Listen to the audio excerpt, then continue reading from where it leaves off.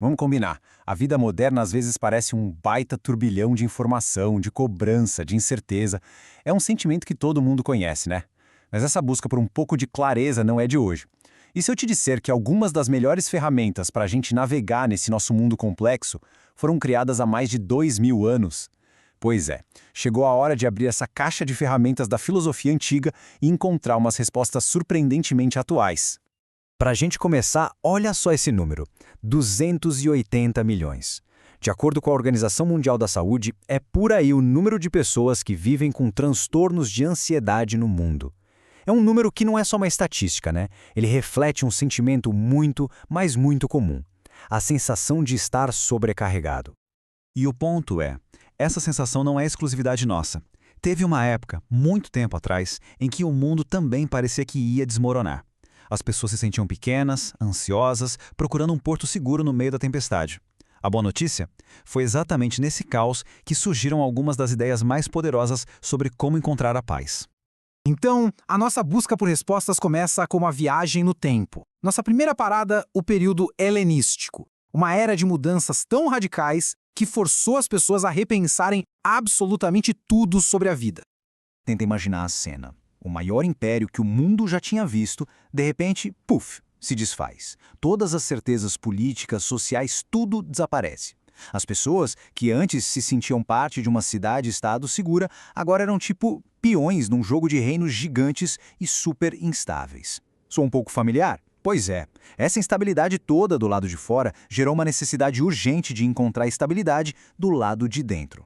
E aqui acontece uma virada simplesmente genial. A filosofia meio que desce do pedestal, sabe? Ela para de focar só naquelas grandes questões cósmicas e passa a se preocupar com a vida real das pessoas. A pergunta do momento vira: ok, como que eu encontro felicidade ou pelo menos um pouco de tranquilidade quando tudo ao meu redor é um caos? A filosofia se torna, literalmente, uma ferramenta de sobrevivência. E a partir dessa necessidade, surgiram várias, digamos, escolas de vida. Vamos dar uma olhada em duas das mais influentes que ofereciam caminhos bem diferentes para chegar no mesmo lugar: a paz de espírito.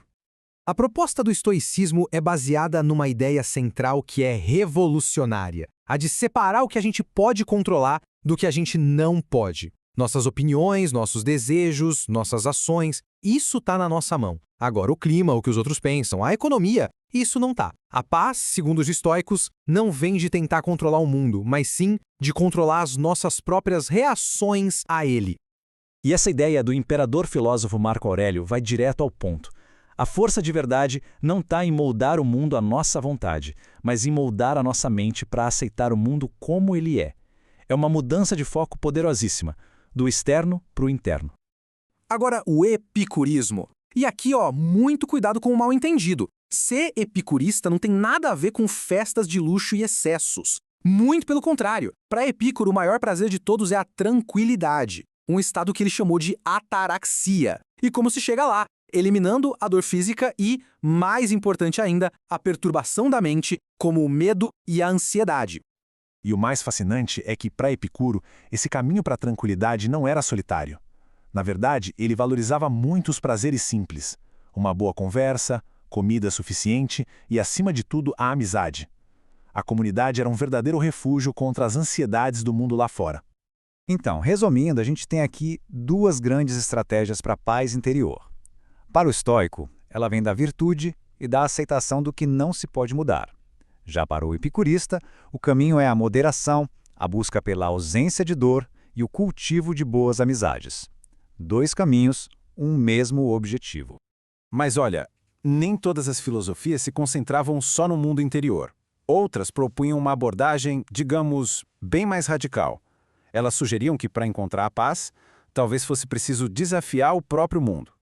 Chegou a vez dos cínicos, os verdadeiros rebeldes da filosofia antiga. Eles olhavam para a sociedade e viam um monte de regras, desejos e convenções que para eles não faziam o menor sentido. A solução? Rejeitar tudo. Viver com o mínimo do mínimo, bem de acordo com a natureza e apontar a hipocrisia de todo mundo com um humor afiadíssimo. E essa história, ela ilustra perfeitamente a atitude cínica. Diógenes, morando num barril, não se abala nem um pouco com o homem mais poderoso do mundo. Para ele, a riqueza de verdade era ser autossuficiente e livre para não precisar de nada que a sociedade valorizava, nem mesmo da aprovação de um imperador. Por fim, os céticos. Se os cínicos rejeitavam as convenções, os céticos questionavam a própria ideia de certeza.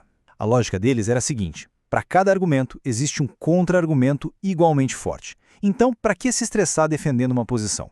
Ao suspender o julgamento, eles acreditavam que era possível alcançar a tranquilidade, livre daquela ansiedade de ter que estar certo ou errado o tempo todo. Ok. Depois dessa viagem por 4 escolas incríveis, a questão que fica é: tá, mas e daí? O que tudo isso tem a ver com a gente hoje? A resposta: absolutamente tudo. E não é só uma impressão, não. Os dados mostram um interesse massivo e crescente nessas ideias. Esse gráfico aponta um crescimento de 140% no consumo de conteúdo sobre filosofia helenística nos últimos 5 anos. As pessoas estão ativamente redescobrindo essas ferramentas antigas. E o motivo é simples. Essas ideias são a base de muitas práticas modernas.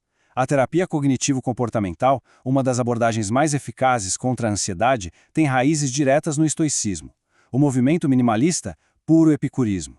A crítica social e a contracultura devem muito ao cinismo. E o pensamento crítico, que a gente valoriza tanto hoje, é a mais pura essência do ceticismo.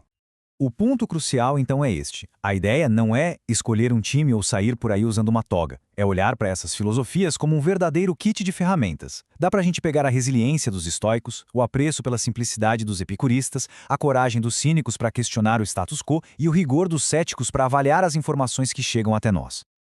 E dá para começar a praticar agora. Um exercício estoico, por exemplo, ao longo do dia tentar separar o que está do que não está sob nosso controle. Um desafio cínico, questionar uma regra social que a gente segue sem nem pensar e se perguntar, mas por quê? E um experimento epicurista, por um dia, focar apenas em prazeres simples e que não custam nada. Essas escolas de pensamento não são relíquias de museu. São tecnologias mentais, testadas pelo tempo e prontas para o uso.